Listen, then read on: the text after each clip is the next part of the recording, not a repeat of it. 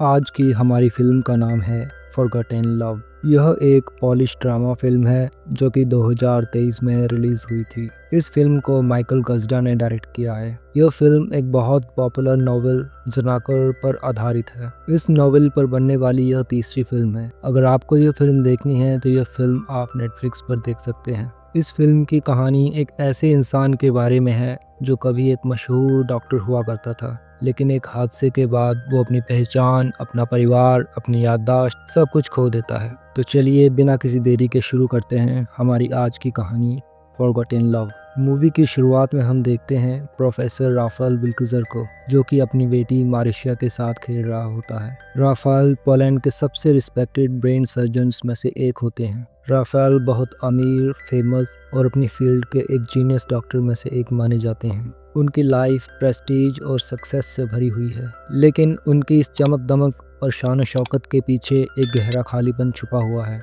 उसकी शादी बेटा नाम की एक औरत से हुई है और अब शादी को काफ़ी साल गुजर चुके हैं, और जो रिश्ता कभी प्यार और खुशियों से भरा था, आज वक्त गुजरने के साथ उनका रिश्ता ठंडा पड़ चुका है, क्योंकि राफेल अपने करियर और अपने काम में इतने डूब चुके होते हैं कि उनके पास अब इमोशंस और प्यार के लिए वक्त ही नहीं बचता। उसकी पत्नी को लगता है जैसे वह अपने ही घर में अनजान लोगों के बीच रहती हो। मूवी के अगले सीन में हम प्रोफेसर राफेल को अपने ऑफिस जाते हुए देखते हैं, जहां पर उसका दोस्त जर्जी उससे मिलने आता है। वो भी एक सर्जन होता है। जर्जी उसको अखबार में छपी हुई एक न्यूज़ के बारे में बताते हुए कहता है कि वह जल्दी ही चीफ सर्जन बनने वाला है, और शाम को वह उसे पार्टी में इनवाइट करता है। आगे हम देखते हैं जब राफेल और जर्जी बाहर घूम रहे होते हैं तो एक जगह वो एक लड़के से न्यूज़पेपर लेने के लिए रुकते हैं, और जब वह लड़का उनके लिए न्यूज़पेपर लेने जाता है तो रोड क्रॉस करते वक्त एक घोड़ा गाड़ी के नीचे आ जाता है और उसके सिर पर भयानक चोट लग जाती है। डॉक्टर राफेल उस लड़के को गाड़ी में बिठाकर तुरंत हॉस्पिटल ले जाते हैं।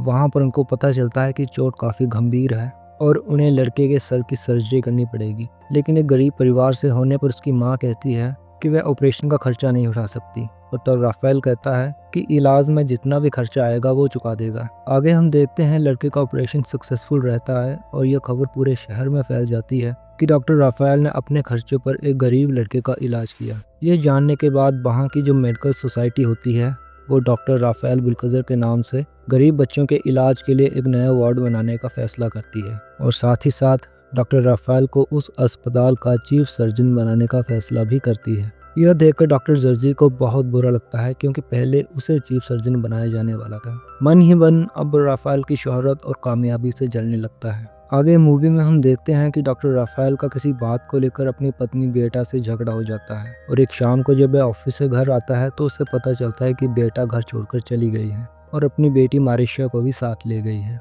राफेल उन दोनों को ढूंढने की पूरी कोशिश करता है, लेकिन वे बिना कोई निशान छोड़े गायब हो जाते हैं। यह इंसिडेंट राफेल की एकदम परफेक्ट लगने वाली जिंदगी का पहला बड़ा झटका बन जाता है। उधर बेटा और उसकी बेटी एक दूसरे आदमी के साथ शादी करके, जिसे बेटा काफ़ी टाइम से प्यार करती थी, अपनी एक नई जिंदगी की शुरुआत करते हैं। उधर सालों बाद भी राफेल अपनी पत्नी और बेटी के गायब हो जाने के दर्द से बाहर नहीं आ पाता। एक दिन शराब के नशे में वह अपने दोस्त जर्जी को फ़ोन करता है और उसे मिलने के लिए उस जगह बुलाता है जहाँ पर बेटा शादी करने से पहले रहा करती थी।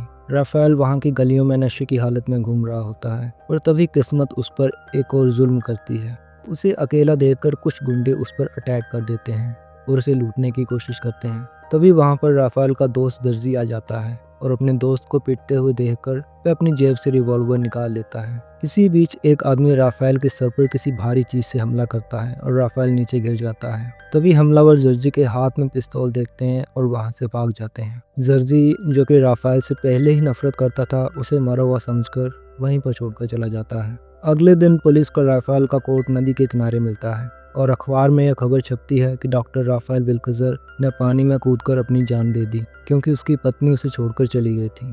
जर्जी उस रात के बारे में किसी को कुछ नहीं बताता, और अब सारी दुनिया के लिए डॉक्टर विल्कजर मर चुका है। मूवी में आगे दिखाया जाता है कि अब 15 साल गुजर चुके हैं, और हम देखते हैं कि मारिशिया, जो कि अब बड़ी हो गई है, अपने दोस्त मिकाल के साथ नौकरी की तलाश कर रही होती है, और तब हमें पता चलता है कि मारिशिया अब इस दुनिया में अकेली है और उसके माता पिता की मौत हो चुकी है। गांव पहुंचने पर मिकाल मारिशिया को नौकरी दिलाने के लिए एक दोस्त के होटल पर लेके जाता है, और वहां पर मारिशिया होटल के मालिक को अपना पियानो दिखाते हुए कहती है यदि उसे यहाँ पर यह नौकरी मिल जाती है तो वह अपना यह पियानो फ्री में दे देगी, जिससे कि म्यूज़िक सुनने के लिए और भी ज़्यादा लोग होटल में आएंगे और इससे होटल की सेल और भी ज़्यादा बढ़ जाएगी।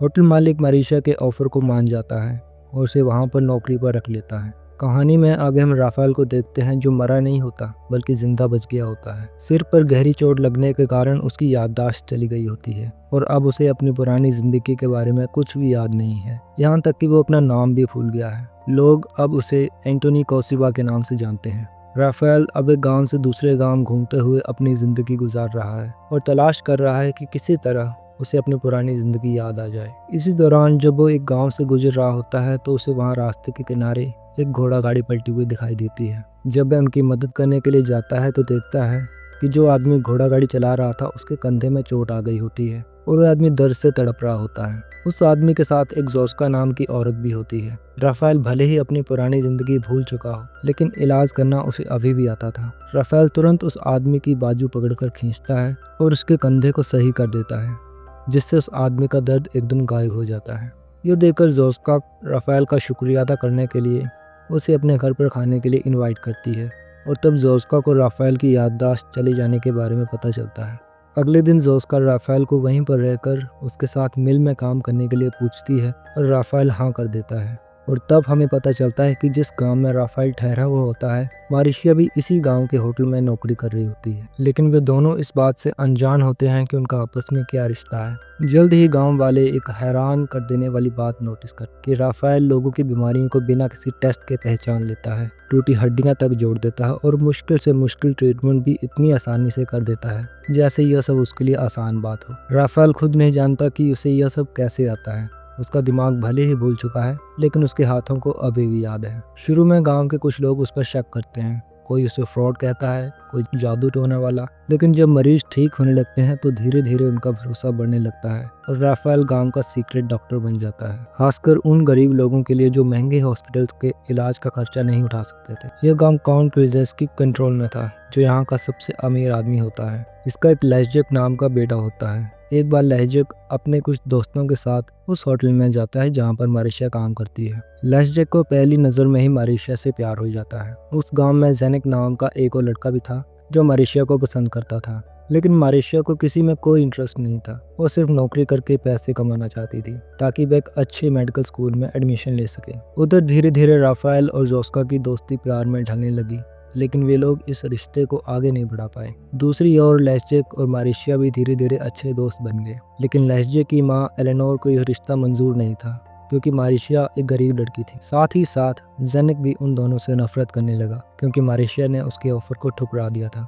एक दिन मिकाल जब जंगल में पेड़ काटने का काम कर रहा होता है तो उसकी टांग पर एक भारी पेड़ गिर जाता है और उसकी टांग की हड्डी टूट जाती है। मारिशा मदद मांगने के लिए लेस्जेक के घर जाती है, लेकिन वहाँ पर लेस्जेक की माँ उसे बेइज्जत करके घर से बाहर निकाल देती है। यह देखकर लेस्जेक मारिशा की मदद करता है और मिकाल को इलाज के लिए शहर लेकर जाता है। वहाँ पर भी डॉक्टर मिकाल का पूरी तरह इलाज नहीं कर पाते हैं और उसे वापस घर भेज दिया जाता है। मिकाल को लगता है कि वह फिर से चल फिर नहीं पाएगा और इस बात से वह दुखी रहने लगता है। एक दिन राफेल मिकाल से मिलने आता है, लेकिन मारिशा उसे टोने टोटके वाला समझकर वहां से भगा देती है। यहाँ पर राफेल पहली बार मारिशा को देखता है और उसे ऐसा लगता है जैसे कि वह इस लड़की को बहुत अच्छी तरह जानता हो, लेकिन उसे कुछ भी याद नहीं आता। जोस्का को लगता है कि राफेल उस लड़की को पसंद करने लगा है और तब राफेल उसे बताता है कि ऐसी कोई बात नहीं है। एक दिन राफेल फिर से मिकाल के घर जाता है और उसकी टांग का निरीक्षण करता है और तब वह मिकाल से कहता है कि वह उसकी टांग ठीक कर सकता है, लेकिन इसमें बहुत ज़्यादा दर्द होगा क्योंकि उसके पास ऑपरेशन करने के लिए सही औजार नहीं है। मिकाल इलाज करवाने के लिए राज़ी हो जाता है और तब राफेल एक छेनी और हथौड़ी की मदद से उसकी टांग का ऑपरेशन करता है। कुछ दिनों बाद हम देखते हैं कि मिकाल फिर से चलने फिरने लग जाता है और पूरी तरह ठीक हो जाता है। यह देखकर मारिशा को बहुत खुशी होती है और वह राफेल से अपने बर्ताव के लिए माफ़ी मांगती है। उधर लेस्जेक और मारिशा का रिश्ता भी प्यार में आगे बढ़ रहा होता है। एक रात को जब वे दोनों एंजॉय कर रहे होते तो जेनिक चुपके से लेस्जेक की बाइक के ब्रेक फेल कर देता है और उस रात जब लेस्जेक और मारिशा